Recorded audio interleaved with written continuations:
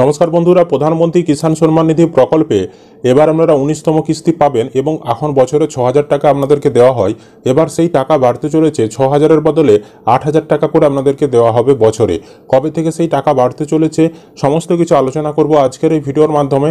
তার আগে ছোট্ট একটি অনুরোধ, চ্যানেলে নতুন হলে অনুগ্রহ করে চ্যানেলটিকে সাবস্ক্রাইব করবেন, বন্ধুদেরকে ভিডিওটা শেয়ার করে দিবেন আর ভিডিও ভালো লাগলে লাইক করবেন। দেখুন, এই সংক্রান্ত প্রতিবেদনে বলা হচ্ছে, প্রধানমন্ত্রী কিষাণ সম্মান নিধি স্কিমের অধীনে প্রাপ্ত বার্ষিক পরিমাণ অর্থাৎ যে টাকাটা দেওয়া হয় বছরে 6,000 টাকা, সেটি 6,000 টাকার বদলে 8,000 টাকা পর্যন্ত বাড়তে পারে।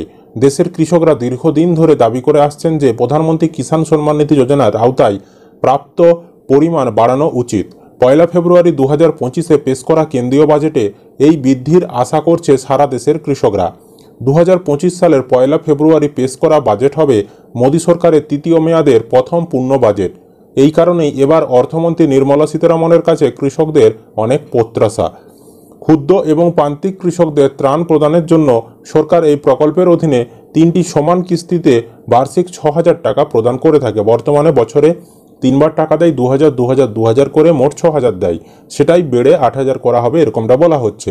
কি পরিবর্তন করতে পারে? অর্থমন্ত্রী নির্মলা সীতারামন এই বছরের শুরুতে বলেছিলেন যে সরকার আরও বেশি কৃষকদের কাছে পিএম কিষাণ প্রকল্প নিয়ে যাওয়ার চ্যালেঞ্জের মুখোমুখি হচ্ছে। তবে টাকা বাড়ানোর বিষয়ে সে সময় তিনি কোনো নিশ্চিতকরণ জানাননি। তবে এবার সরকার কৃষকদের জন্য কিছু ঘোষণা করতে পারে। বর্তমানে সরকার বার্ষিক বেতন 6,000 টাকা থেকে বাড়িয়ে 8,000 টাকা করার কথা ভাবছে। বড় ধরনের স্বস্তির আশা করছেন কৃষকরা।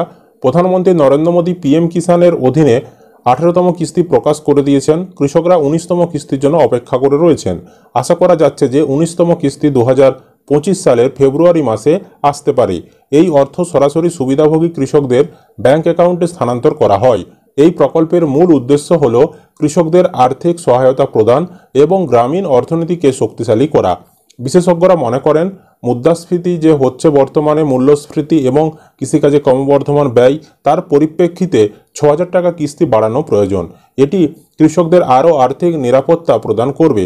তারা তাদের কৃষিকাজ আরও ভালোভাবে চালাতে সক্ষম হবে। সরকার কি 2025 সালের বাজেটে কিস্তির পরিমাণ বাড়াবে? এখন সবারই চোখ 2025 সালের কেন্দ্রীয় বাজেটের দিকে। যদি পরিমাণ বাড়ানোর ঘোষণা দেওয়া হয় তবে লক্ষাধিক কৃষকদের জন্য এটি একটি বড় স্বস্তি হবে।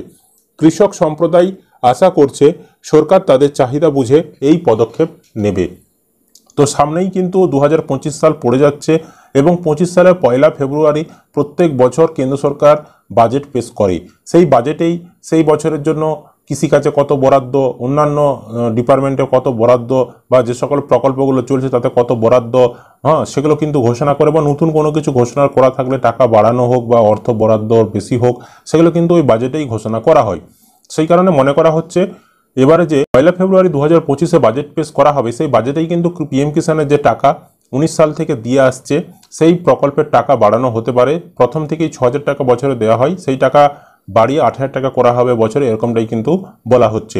পরবর্তী সময় এরকম কোনো ঘোষণা হলে আপনাদেরকে সেই তথ্য জানিয়ে দেব। আপনাদের কি মতামত, এরকম টাকা বাড়ানো উচিত কিনা, বা বাড়ানো হলেও কত টাকা বাড়ানো উচিত, অবশ্যই কমেন্ট করবেন। আপনি কোন জেলা থেকে ভিডিওটি দেখছেন সেটাও জানাতে ভুলবেন না।